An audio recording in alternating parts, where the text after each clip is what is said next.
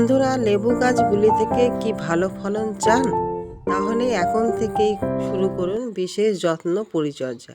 না হলে আমাদের এই সমস্ত ফুল, কুঁড়ি এবং গুটি কিন্তু ঝরে পড়তে সময় লাগবে না। আমাদের প্রচুর মাত্রায় গাছে যেরকম ফুল আসে, অধিকাংশ ফুল থাকে পুরুষ ফুল, যা স্বাভাবিক নিয়মে ঝরবে। কিছু থাকে স্ত্রী ফুল, যা কিছু সাধারণ যে আমাদের অবস্থা, কীটপতঙ্গের সমস্যা, নিউট্রিশনের ঘাটতি, ফাঙ্গাসের সমস্যা, জলের ঘাটতি, এইসব ক্ষেত্রে কিছু ফুল ঝরে যেতে দেখা যায়। কিছু ফুল আমাদের এরকম ছোট ছোট গুটির আকার ধারণ করে। কিন্তু আমাদের কিছু সামান্য ভুল কাজের জন্য আমরা এই সমস্ত যে ফলগুলো দাঁড়ায় সেগুলো পর্যন্ত ঝরিয়ে ফেলি। সেই জন্য জানতে হবে সঠিক যত্ন, সঠিক পরিচর্যা। তবে করে আমরা কিন্তু প্রচুর পরিমাণে ফল কিন্তু গাছে ধরাতে পারবো।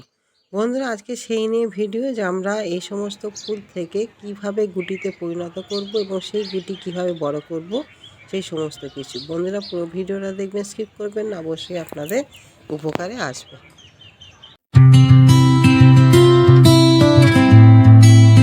বন্ধুরা, যখন আমাদের ফুলগুলি আসে এবং ফুল ফোটার আগে যে অবস্থা, তখন আমরা ফাঙ্গিসাইড আর কীটনাশক গাছে প্রয়োগ করে থাকি। তার কারণ হচ্ছে কি না, কোনো রকম পোকামাকড়ের আক্রমণ যেন আমাদের গাছে না ঘটে, ফাঙ্গাসের আক্রমণ যেন না ঘটে।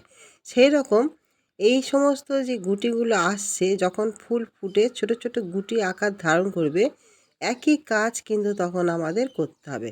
একটা ভালো ফাঙ্গিসাইড এবং কীটনাশক গাছে কিন্তু প্রয়োগ করা। কেননা এই সময় হপার পোকা, থিপস, মাইটস, লেদা পোকা, এই সমস্ত জিনিস, এমনকি আপনাদের যে মিলিবাগ, পিঁপড়ে, এগুলো কিন্তু প্রচুর পরিমাণ আমাদের গাছে কিন্তু ক্ষতি করে।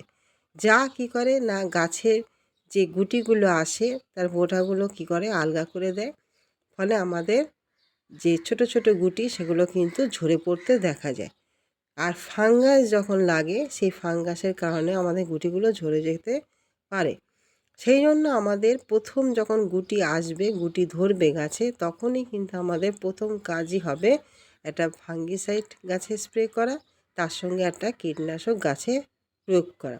সেটা আপনাদের হাতে যেটাই থাকুক না কেন, আপনাদের যদি জৈব দিতে চান, কাকা, থ্রিটা, সুপার সোনাটা দিতে পারেন। আর রাসায়নিক দিতে চাইলে ইমিডাক্লোপিড গ্রুপের কোনো কীটনাশক বা সাইফামেথ্রিন গ্রুপের কীটনাশক প্রয়োগ করতে পারেন। এছাড়া 2 নাম্বার যে কাজটি করতে হবে সেটা হচ্ছে কি না, আমাদের গাছে পুষ্টি দান করা। যেহেতু আমাদের ছোট ছোট ফলে গুটি ধারণ করছে, এই সমস্ত ফলে প্রচুর পরিমাণ নিউট্রিশনের দরকার। এখানে আমাদের যে উপাদানগুলো ব্যবহার করব সেটা হচ্ছে লিকুইড খাবার হিসাবে আমরা ব্যবহার করব। এখানে জৈব এবং রাসায়নিক দুই আমাদের কিন্তু ব্যবহার করতে হবে। জৈব উপাদান যেরকম দেবো, পাশাপাশি রাসায়নিক উপাদানও কিন্তু আমরা গাছে প্রয়োগ করব। তার সমস্তটাই হচ্ছে কি তরল আকারে। ধরুন আপনাদের কলার খোসা নেন 10 থেকে 12টা, পেঁয়াজের খোসা ওরকম নেবেন 10 থেকে 12টা, তার সঙ্গে 1 মুঠো সর্ষের খোলের গুঁড়ো, আর তার সঙ্গে আমাদের যে জৈব অনুখাদ্য সিউইড যে ক্যানুয়াল দানা, সেটা আমরা নেব 5 গ্রাম। নিয়ে আমরা 1 থেকে 1.5 লিটার জলে ভিজিয়ে রাখবো। তার সঙ্গে আমরা কি দেবো না, 4 থেকে 5 দিন যখন হয়ে যাবে, সেই জলে আমরা মিশাবো 0-52-34, যা ফসফরাস এবং পটাশিয়ামের কাজ করে। তার সঙ্গে আমরা যে কোনো একটা ভালো মাইক্রোনিউট্রিয়েন্ট, এখানে বায়োভিটা এক্স আপনারা ব্যবহার করতে পারেন, 1 থেকে 1.5 ml নেবো। তার সঙ্গে নেবো আমরা এক্সট্রা বোরন 1 গ্রাম। সমস্ত কিছু মিশাবো, মিশিয়ে সেই জলটি আমরা 8 থেকে 10 লিটার জলে ডাইলিউট করে নেব। নিয়ে আমরা প্রত্যেক সপ্তাহে 1 দিন করে গাছের গোড়ায় কিন্তু দেবো। এই লিকুইড খাবারের মধ্যে প্রচুর পরিমাণ মাইক্রো এবং ম্যাক্রো নিউট্রিয়েন্ট কিন্তু থাকবে, যা আমাদের ফলের গুটির পুরোপুরি সব দিক থেকে নিউট্রিশনের যে ঘাটতি তা কিন্তু মিটাবে। ফলটাকে ধরে রাখতে, ফলের গুটিটাকে বৃদ্ধি করাতে কিন্তু প্রচুর পরিমাণে সহায়তা করবে। আমরা অনেক সময় দেখি কি না, আমাদের ছোট ছোট গুটিগুলো হলুদ হয়ে পড়ে যেতে দেখে, পাতা ফ্যাকাশে হয়ে যেতে দেখি, নানা রকম সমস্যা দেখি। এগুলো সাধারণত আমাদের নিউট্রিশনের ঘাটতিতে কিন্তু হয়ে থাকে। সেই জন্য আমাদের নিউট্রিশনের ঘাটতি দিলে কিন্তু চলবে না। 3 নাম্বার যে কাজটা হচ্ছে কি না, আমাদের এই সময় জলটাকেও কিন্তু খুব মনোযোগ সহকারে দিতে হবে। কেন, এই সময় জলের ঘাটতি হলেও কিন্তু আমাদের ফুলগুলো যেরকম ঝরে যাবে, ছোট ছোট যে গুটিগুলো ধরবে সেগুলোও কিন্তু ঝরে পড়বে। অতিরিক্ত জল আমরা দেবো না টব ভাসিয়ে, আমরা গাছের গুঁড়াটা যাতে সবসময় ময়েশ্চার থাকে, যেন 1 ঘন্টা হলেও যেন গুঁড়া যেন না শুকিয়ে যায়, সেই দিকে আমাদের সবসময় কিন্তু নজর দিতে হবে। পাশাপাশি যেটা আমাদের দেখতে হবে সেটা হচ্ছে কি না, সারাদিন যেখানে রোদ্দুর পড়বে সেরকম স্থানে কিন্তু আমাদের গাছগুলোকে রাখতে হবে, যাতে সে নিজের খাবার পদ্ধতি সঠিকভাবে যেন চালাতে পারে, নিজের যে পাতা সে পাতায় ক্লোরোফিলের মাত্রাটা বৃদ্ধি পায়। সারাদিনে সূর্যালোকে কিন্তু আমাদের গাছগুলোকে অবশ্যই কিন্তু রাখতে হবে।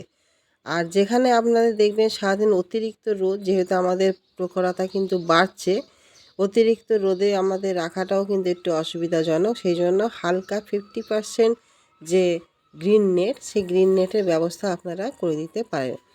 আর নয়তো আপনারা যদি কোনো ছায়াযুক্ত স্থানে রাখেন, অন্তত 12টা পর্যন্ত রোদ্দুর পাবে সেরকম স্থানেও কিন্তু আপনারা রাখতে পারেন। আর তার সঙ্গে অতি অবশ্যই কিন্তু একটা কাজ করতে হবে, সেটা হচ্ছে আমাদের গাছের গোড়ায় একটা হিউমিক অ্যাসিড কিন্তু দিতে হবে। এই হিউমিক অ্যাসিড আমাদের গাছের এই সমস্ত গুটিগুলোকে ধরে রাখতেও কিন্তু প্রচুর পরিমাণে সহায়তা করবে। কেননা আমাদের গাছের শিকড় যদি সুস্থ থাকে, ভালো থাকে, শিকড়ের বৃদ্ধি যদি সুন্দরভাবে ঘটে, আমাদের ফলের বৃদ্ধিও কিন্তু সুন্দরভাবে ঘটবে, আর ফলটাকে গাছ কিন্তু ধরেও রাখবে। সেই জন্য আমরা আপনাদের 15 দিন অন্তর করে একবার, মানে 1 লিটার জলে 1 চামচ পরিমাণ নেবেন, নিয়ে সেই জল আপনারা গাছের গোড়ায় কিন্তু দেবেন। তাতে করে দেখবেন গাছের হেলথ সুন্দর হবে এবং গাছের বৃদ্ধি ভালো হবে, পাশাপাশি ফলের বৃদ্ধিও কিন্তু সুন্দরভাবে ঘটবে। তার সঙ্গে আরেকটি জিনিস হচ্ছে, সেটা হচ্ছে আমাদের এই সময়টা পিজিআর গাছে কিন্তু প্রয়োগ করতে হবে, কেননা পিজিআর কিন্তু আমাদের যেরকম ফুল আনতে সহায়তা করে, পাশাপাশি ফুল থেকে ফলে গুটিতে রূপান্তরিত হতেও কিন্তু সহায়তা করে।